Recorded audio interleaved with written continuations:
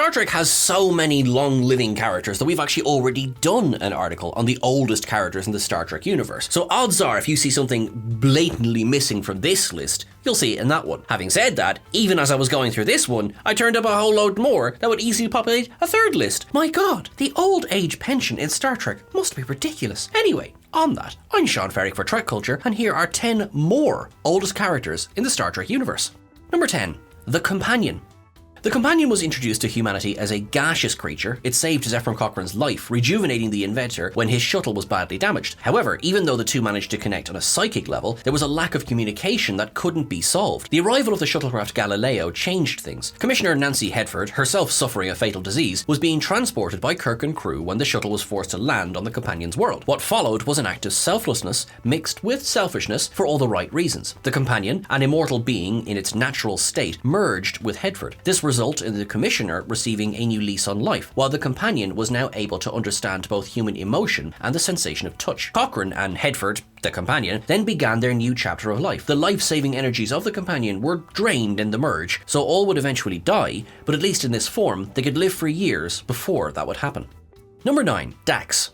The Dax symbiont is one of the younger beings to appear on this list, though still boasts a healthy age overall. Dax was born in 2018, so at the time of writing they're only 6 years old. Maybe the wrong brief was sent to this writer? By the time Esri Tegan received the symbiont, Dax was 357 years old. While that's barely middle-aged in Trill terms, this still included several lifetimes of hosts, even if some of those lifetimes were less than full. For example, while Curzon was close to his 100th birthday when he died, Torias was killed in a shuttle accident barely a year after being joined. This led to a series of events that saw both Duran receive and lose the symbiont that same year. Duran would become a dark secret of Dax's past for almost a century. The nature of the hosts' lives often saw short joining periods. Jadzia was also killed, though she was murdered by Gul Dukat. Dax's lives were filled with both beauty and trauma, something that left a heavy mark on those that would inherit all of the memories of everyone who had come before. Number 8, Onaya. Onaya was a vampire of sorts. She traveled the galaxy feeding from her only source of true nourishment, art. More specifically, Onaya helped inspire countless artists to create some of their greatest works, though the process was almost always fatal. Though difficult to confirm, she claimed to have inspired such great artists as John Keats, who lived on Earth in the 18th century, and Catullus, who was around a lot earlier than that, 2,000 years, give or take a century. It's entirely plausible that Onaya does not experience the flow of time like mortals, as surely the years spent searching for her next meal could have been excruciating. Instead, she seems, perhaps ironically, peaceful and content as anyone could be, helping Jake to burn himself through the writing of Anselm. She is forced away from him by Captain Sisko, but there exists a great question. Just how far would most artists be willing to go to ensure the longevity of their work? Is Onaya really an evil creature, if her help resulted in some of the greatest works of all time? Number 7, Hodin and Odona.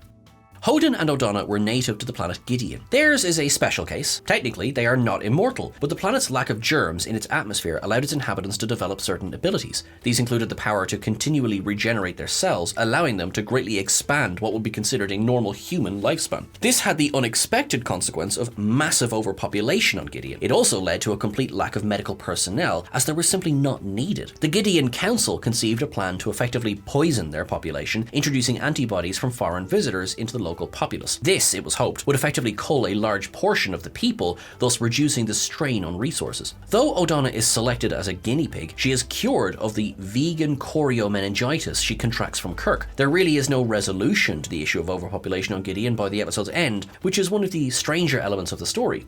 As it stands, Gideon may simply collapse under the weight of its population at one point. Number 6, Bele and Lokai. The tragedy of Cheron is such that it spans millennia. Bele's obsessive hunt for Lokai takes him through 50,000 years, with both men lost to their racially charged hatred. Their rendezvous aboard the Enterprise may still be but a breather in their eternal battle. Cheron was once home to a thriving humanoid civilization. The natives' obsessions with skin color eventually destroyed the world. The Enterprise, scanning from orbit, detects innumerable unburied corpses littering the crumbling cities, thus creating a chilling tomb for Cheron. Bele and Lokai were last seen beaming down to the planet, seemingly as unable to stop their age-old war as ever. They may still be alive in the time of discovery, provided they didn't murder each other. Regardless of their state, they are the last monuments to the futility of racial hatred. Number 5, Apollo. Apollo was one of the beings native to Pollux 4. He is perhaps best known to humanity as one of the Greek gods, though to this author he will always be known as the greenest, greatest hand in the galaxy. These beings travelled to Earth thousands of years ago, settling in the Mediterranean. From there they ruled over humans, finding energy and sustenance from the worship and adoration they received. Physically, they weren't much different from the humans they presided over. They had an extra organ in their chests that allowed them a greater degree of control over such small concerns as the physical universe. While aging was something that offered no challenge to them, the lack of adoration posed a serious threat. Once humanity outgrew them, they retreated from Earth, returning home to Pollux 4. Apollo was the last of them to hold corporeal form. After his encounter with James T. Kirk, he also slid away from this plane of existence. And honestly, who could blame him? Number 4. Nilum.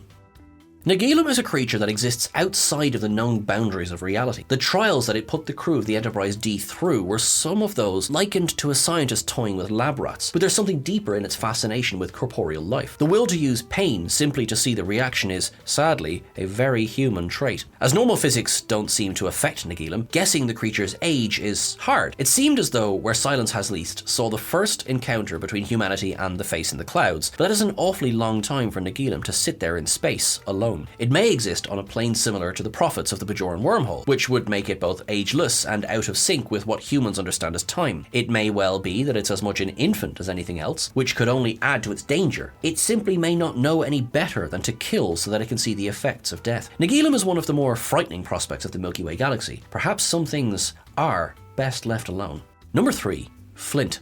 Flint, or Archaran, is a human male of such incredible age that it's hard to fathom. By the time the Enterprise encountered him, he had lived almost 6 millennia, accumulated countless lifetimes, and established himself as some of the most influential names in human history. He was born with the ability to constantly regenerate his cells. He discovered this when, as a young man, he was wounded on the battlefield. Anyone else would have died from such a wound, but not so for Flint. He continued on, racking up years and yesterdays, even inspiring some of the greatest minds and legends of all time. Though cut from the initial script, it was suggested that he was both Jesus and Moses before the producer settled on having him be Lazarus. He was, however, Leonardo da Vinci, and despite Kirk promising he would never reveal Flint's existence to anyone else, Janeway would later quip that Kirk claimed to have met the great artist. Flint was finally dying by the mid-2260s, which was due to his relocation away from Earth. After 6,000 years of life, what must death look like to a finally mortal mind?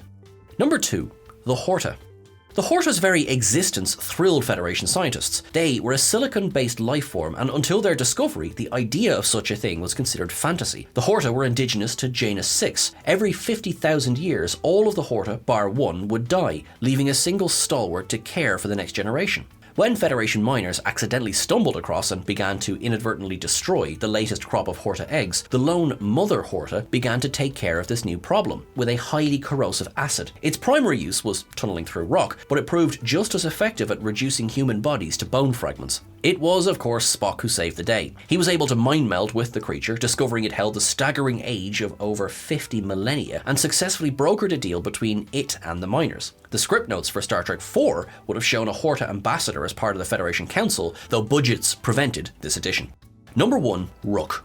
Rook is one of the oldest beings ever encountered by a member of Starfleet. He was created by the Old Ones, a race of beings that had disappeared thousands of years before the mid-23rd century. Rook himself is an android and boasts almost 500,000 years in existence. He was discovered on XL3 by the scientist Roger Corby. Corby, fascinated by the android's technology, studied and reprogrammed him, slowly becoming convinced that everyone should be replaced with android doubles. Ever a man to practice what he preached, the away party from the Enterprise discovered that Corby too was an android by 2266. There was a darker element, however, to Rook's past. The Old Ones, frightened by the beings they had created, began deactivating the androids. Rook was one of those who resisted, rose in protest, and killed his creators. By the time of his destruction, he was the last survivor of a race who, not unlike the Cylons of Battlestar Galactica, refused to suffer in service anymore. That's everything for our list, folks. As I said, don't forget to check out part 1 of this list as well. Thank you so much for reading along. You are awesome and you are wonderful. Remember, you can follow us over on Twitter, Blue Sky, and TikTok at TrekCulture. We're on Instagram at TrekCultureYT as well. I am at Sean Ferrick on the various socials. Go find me there. You are wonderful. You are awesome. You deserve, no matter how old you are, from the youngest infant to the oldest